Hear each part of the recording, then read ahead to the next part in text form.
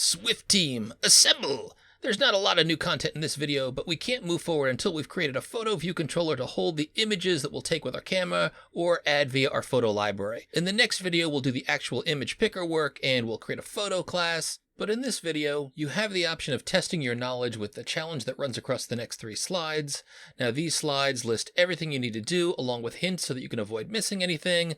I won't read the slides, but you can pause on each of them and go through all the steps if you'd like. But if you prefer, we're going to offer the step-by-step solution. If you want that challenge, pause, give it your best shot, resume, and it's solution time.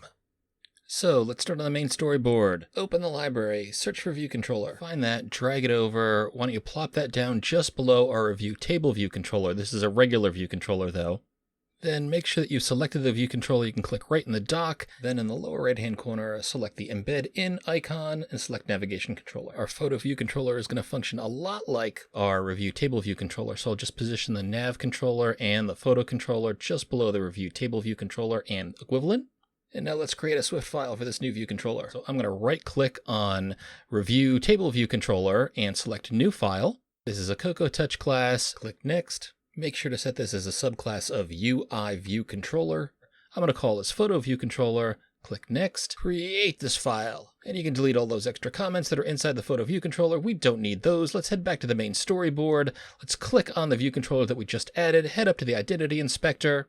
And under Class, select Photo View Controller, that file we just created. And if you hover over the dock of that View Controller, you'll see it now says it's called Photo View Controller. And now let's create our segue. So our first one is going to be a show segue going from the photo cell. That's the cell that's inside of the collection view. That's right inside Spot Detail View Controller. You can see up in the Attributes Inspector, it'll say Collection Reusable View. I've clicked mine right in the document outline, then Control Drag from the photo cell into your new View Controller, not the Navigation Controller, Release. Under Selection Segue, make sure that you've selected Show. The segue line shows up. Make sure you click on the little circle in the segue line, and let's give this an identifier. This will be Show Photo, one word, upper camel case. Our next segue, a present modally segue, is going to be a manual segue. So we'll draw that by clicking on the yellow ball in the dock in the Spot Detail View Controller and control dragging to the new Navigation Controller this time, not the Photo View Controller. Under Manual Segue, select Present Modally, click the circle in the middle of the segue line that you've just drawn, and in the Attributes Inspector, set this segue's identifier to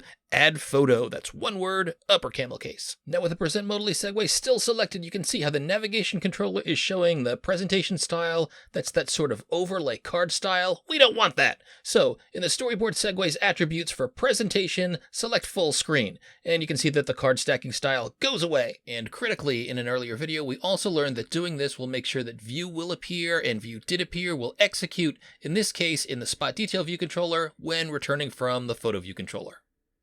Now let's set the colors of this navigation bar. Let's click on the navigation bar area at the top of this new navigation controller. Select the bar tint to the app's primary color. Under title text attributes, we'll select the text color to white. Under large title text attributes, we'll select that title color to white as well. And further down, just below the background color, we'll also set the tint color to white. Now, we also want a toolbar to show up at the bottom of the Photo View Controller. We're going to change things up a little bit and put a trash can bar button item in the lower right-hand corner for deleting a photo, just to demonstrate a different technique than the red text delete button that we'd used in the Review Table View Controller. So click on the dock of the Photo View Controller, and then in the Attributes Inspector, under Bottom Bar, select Opaque Toolbar. Make sure it's toolbar, not tab bar. I've seen a lot of students make that mistake. And now let's add the delete icon, so open the library, search for a bar button item, drag it over onto the toolbar you just added. We want this to be on the right-hand side, so open up the library again, find the flexible bar button item and drag that over, positioning it just to the left of the bar button that you just added. That moves that bar button item flush right. Now to add the trash can icon, so click on the bar button item in the lower right, the one that says item. Then under the system item attribute, select trash and a little trash can shows up. So cute! Now we also want to make sure that the back button shows up when we want it, so let's go up and click on the navigation item that's in the navigation bar of this very same Photo View Controller, and make sure you've clicked on Left Item Supplement. Then let's add our cancel and save bar button items to this area too, so open the library, search for a bar button item, drag one over to the left-hand side, open that library again, find the bar button item, drag that one over to the right, click that guy on the left, select system item cancel, click that guy on the right, It should be System Item Custom and change the title to Save. Now it's outlet and action time, so click on our PhotoViewController.swift file, option click on main storyboard. We're in assistant editor mode. I'll control drag over from our cancel button, release, I'll call this cancel bar button, and connect. Then I'll control drag over from the save button, put that just below the cancel button, and I will call that save bar button. Then I'll control drag from that cute little trash can, draw the rubber band line over, and release that just below save bar button. I'll call this new button delete bar button, click connect. Outlets created. Now it's IB action time. I'm going to find that cute little delete trash can. I'm going to control drag over just before the closing curly, and I'm going to call this delete button pressed. Set the type to UI bar button item, click connect. Then instead of control dragging, I'm going to perform a shortcut. I'm going to highlight my delete button pressed method, copy it, then paste it below the delete button pressed not once, but twice. Then I'll rename the second delete button pressed to cancel button pressed. I'll retitle this final delete button pressed as save button pressed. And I can now see the delete button pressed has a filled in connection circle, but the circles in front of the other two actions are empty, suggesting they need connections. So this is super easy to make. Just click in the circle. We'll start with a one next to cancel button pressed. That's click, not control click. And we'll just drag to create a rubber band into the cancel bar button item, release, connection made, circle filled, and we'll do the same for the circle in front of save button pressed. IB actions complete. Now I can close my main storyboard, and just like in our other view controllers, we want to create a leave view controller function, and since it's going to behave just like the other ones that we've written, let's go ahead and grab this function from our review table view controller. So let's click on that file, review table view controller.swift, search for the leave view controller function in the jump bar, and find it, highlight that whole function, copy it, return to photo view controller. We'll paste this just above the IB actions we just created. Then we'll call it from cancel button pressed, and we'll also call it from save button pressed, but we'll put in a little to-do comment here reminding us that we need some more setup.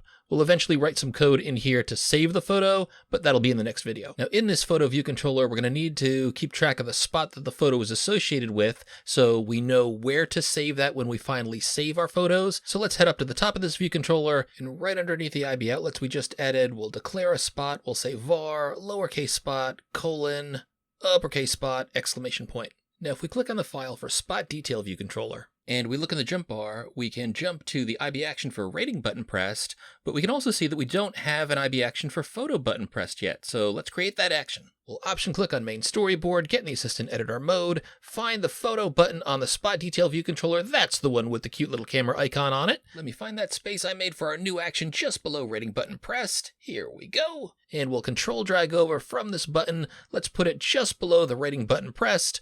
We'll call this action photo button pressed. The type should be UI button, and click connect. Looking good. We'll close main storyboard. And you know what we can do is we can highlight the code that's inside of our rating button pressed, copy it, and let's paste that in our photo button pressed. We'll use that as our guide. Again, the logic behind ratings and reviews is so similar to the logic that we need for photos that it really makes sense for us to copy and paste and modify code that we already know works rather than having to write it all from scratch. So with the rating button code pasted into photo button pressed, let's just modify this first function call here in the first part of the if statement. For save cancel alert, we should be passing in the Segue identifier add photo instead of the string add review. Then I'll highlight this add photo string, copy it, and paste it over the add review identifier in the perform Segue call below. Speaking of segues, let's scroll up to prepare for a segue, and we'll highlight these two cases, add review and show review, copy them, then paste them below the show review, and these will be the templates for, let's change the strings. The third one will be add photo, and the fourth one will be show photo. Now in add photo, when I set my destination, I want to make sure that that destination is going to be set as photo view controller, not review table view controller. And in show photo, I'm going to do the same thing, setting the segue destination, replacing review table view controller with photo view controller.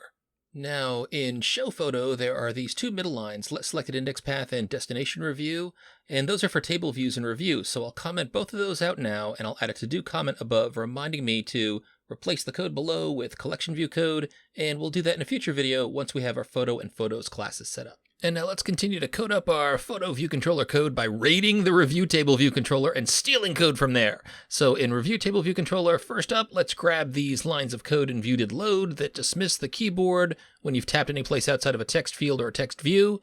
That's this hide keyboard comment all the way through the add tap gesture recognizer. So copy this, Command C, head over to PhotoViewController, and we'll paste it into viewDidLoad in PhotoViewController just below super. Now back to review table view controller, let's grab the guard statement that prints if we have a nil spot, copy that, and then paste that back in the same spot in PhotoViewController.